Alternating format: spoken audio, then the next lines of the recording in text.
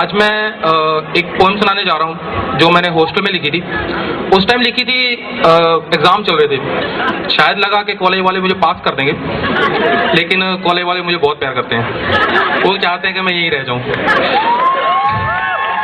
तो आज मैं आपको एक पोएम सुनाने जा रहा हूँ जो बॉयज़ हॉस्टल पे है। लोगों को नहीं पता कि बॉयज़ हॉस्टल में क्या होता है, हॉस्टल वाले लड़कों के अलावा। विनायक सर, थोड़ा गौर फरमाइए। आपको इसमें बहुत कुछ पता चल जाएगा। RDCH boys hostel.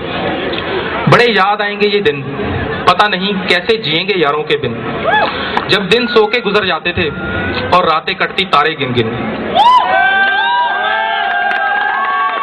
वो हॉस्टल के दिन बड़े सुहाते थे जब नल के नीचे बैठ नहाते थे। साबुन लगा तो पानी खत्म हो जाता, फिर राम लखन का नाम चिल्लाते थे। राम लखन जी की हम बहुत इज्जत करते हैं। हमारे बीच में एक ऐसा लड़का बैठा है जिनके वो चाचा लगते हैं। जब माँ हाथ की बनी रोटी खिलाएगी तो मेस की रूखी सूखी बड़ी याद आएगी। फिर वो सब्जी खाने का भी मन करेगा जिसे देख कहते यार ये तो नहीं खाई जाएगी। वो हॉस्टल की छत पे खड़े वो लड़कियां ताकते थे। उन्हें देखकर आहें भरते रहते थे। साले ऐसे मत देख, तेरी भाभी है। जो मिले उसे यही कहते थे। जब कभी दारू पिया करते थे तो किसी बात पे बहस किया करते थे। किसी एक को तो उल्टी आनी ही थी, फिर पोंछे से साफ किया करते थे। ये अजय शर्मा ज्यादा जानता है, उसने बहुत पोछे लगाए हैं। जब रात को भूख लगती तो सारी रात ढाबे पे कटती। फिर आकर गार्डन में बैठ जाते तो शाम तक आंख नहीं खुलती। जब पांड्या ने उठाया था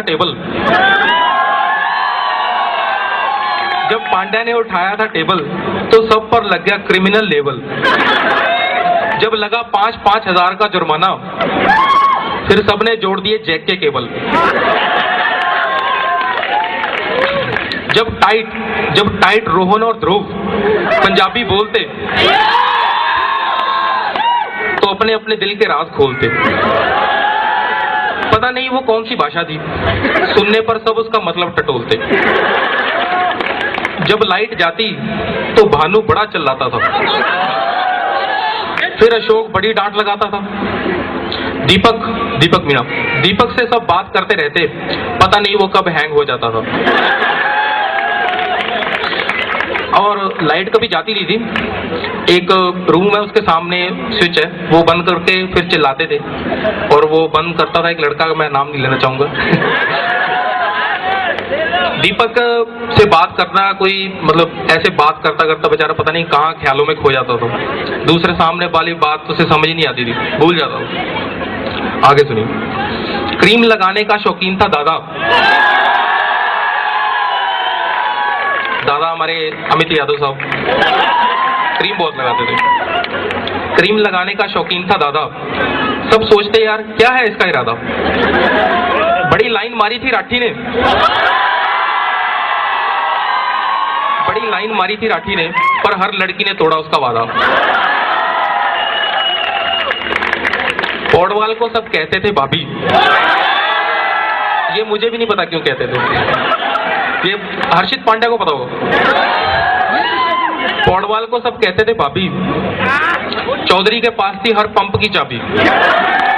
अनिल चौधरी पंप लगाने में सबसे आगे होता था। पौडवाल को सब कहते थे भाभी। चौधरी के पास थी हर पंप की चाबी। रोहित तो पता नहीं कहाँ खोया रहता था। दानी की तो हर बात थी नवाबी।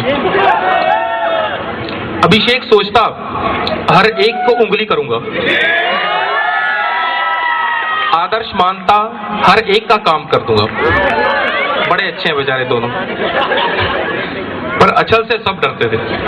वो कहता अल्लाह कसम काट दूंगा।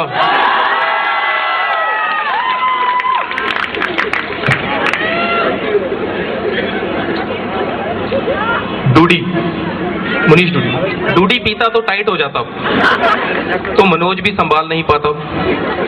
सुधीर तो था हमारा प्ले बॉय, उसे हर दूसरी लड़की से प्यार हो जाता। अभय तो सपनों में ही रहता था, बहती नदी में ही बहता था। वैसे तो बड़ा दम था महेंद्र की आवाज में, पर कभी किसी से कुछ नहीं कहता।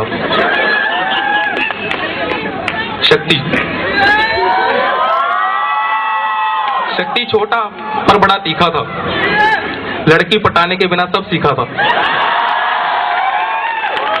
बेचारे से लड़की नहीं पटी, हर रोज रात को मैसेज करके भेजता, बॉस मेरी सेटिंग क्यों नहीं होती। मैं कहता यार कि जिसकी सेटिंग नहीं होती ना, जिसको प्यार नहीं मिलता जिंदगी भर, उसके लिए भगवान कोई अच्छा सा गिफ्ट रैप कर रहा है, तो वेट। शक्ति छोटा पर बड़ा तीखा था, लड़की पटाने के बिना सब सीखा था। स्विच तोड़ देता था हॉस्टल के स्विच तोड़ देता था हॉस्टल के, पर उसके बिना हर प्रोग्राम फीका था।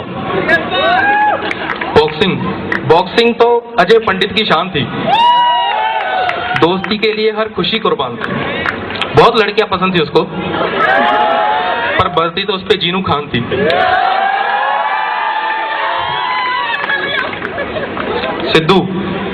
सिद्धू कभी बीडीएस समझ नहीं पाया। मैं अपनी बात कर रहा हूँ। सिद्धू कभी बीडीएस समझ नहीं पाया, अखबार में कभी रोल नंबर नहीं आया। 4 साल में सिर्फ दोस्ती ही कमाई है, फिर मिलेंगे अगर जिंदा रह पाया। Thank you.